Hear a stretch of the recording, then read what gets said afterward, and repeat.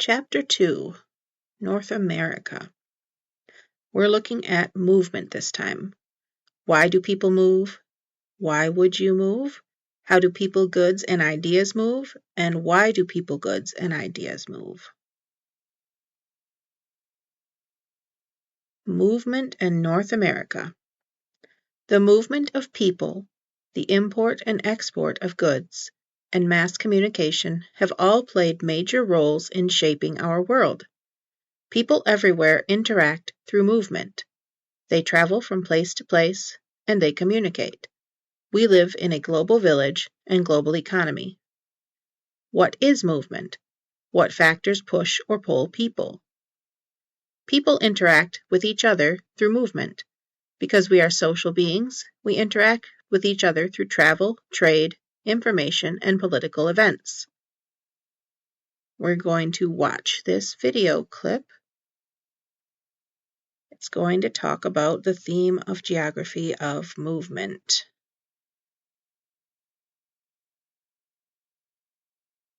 A quick way to remember the 5 themes of geography. M stands for movement, R stands for region, L stands for location, I stands for interaction, and P stands for place. The National Geographic Society has defined movement as in the following ways. Movement is the mobility of people, goods, and ideas across the surface of the planet. As you watch the following clip from the movie Dances with Wolves, think how movement was an important function in the life of the Sioux Indians.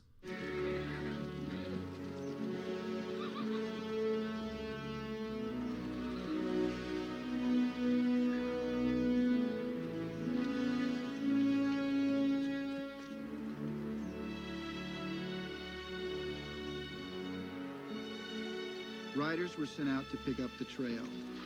In the time it took to gather my things at Sedgwick, the entire tribe was well on its way. The efficiency of the people and the speed at which they moved was enough to impress any military commander.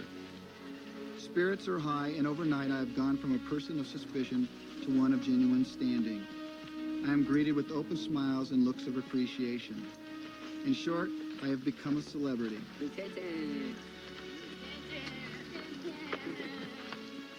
Scouts picked up the trail exactly where I said it would be.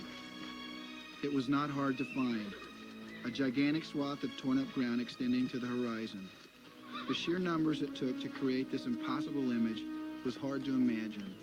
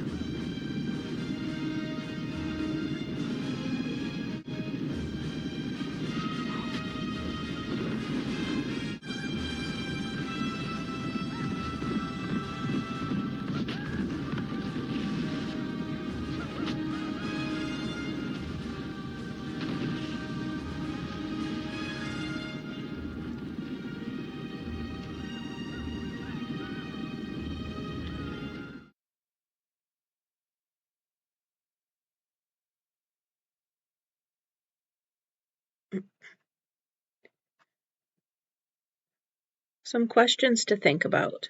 What is an example of an idea that moves? How do we depend on people in other places? How do they depend on us? What resources are where you live? Who uses the resources? And how could people around the world use these resources? The geography of North America. The landmass of North America lies in the Western Hemisphere It is bordered by the Arctic to the north, the continent of South America and the Caribbean Sea to the south, the Atlantic Ocean to the east, and the Pacific Ocean to the west. The land is rich in resources like coal, natural gas, oil, timber products, fresh water, and an abundance of plant and animal species. Renewable resources such as wind, water, biomass, geothermal, and solar are widely used as well. Climate zones of the continental United States. The land is very diverse with a variety of climates, vegetation zones, and various other geographical features. Due to its latitude and longitude, the climates range greatly. Around the Arctic Circle, the climate is cold and is home to the tundra region and very barren land masses covered in snow and ice. Move closer to the equator and the climate and vegetation change. Although the elevation varies due to the Rocky Mountains, this region contains the Great Plains, forested, and desert regions. In other places, the land narrows and contains a wide variety of climates and vegetation zones for such a small area. With an abundance of fresh water, North America is truly blessed. The Mississippi River is one of the world's major river systems in size, habitat diversity, and biological productivity. It is the third longest river in North America, flowing 2,350 miles from its source at Lake Itasca through the center of the continental United States to the Gulf of Mexico.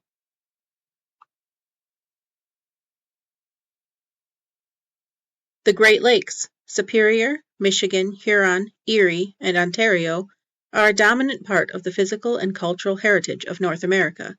Shared with Canada and spanning more than 750 miles from west to east, these vast inland freshwater seas provide water for consumption, transportation, power, recreation, and a host of other uses. The Great Lakes are the largest surface freshwater system on the Earth. Only the polar ice caps contain more fresh water.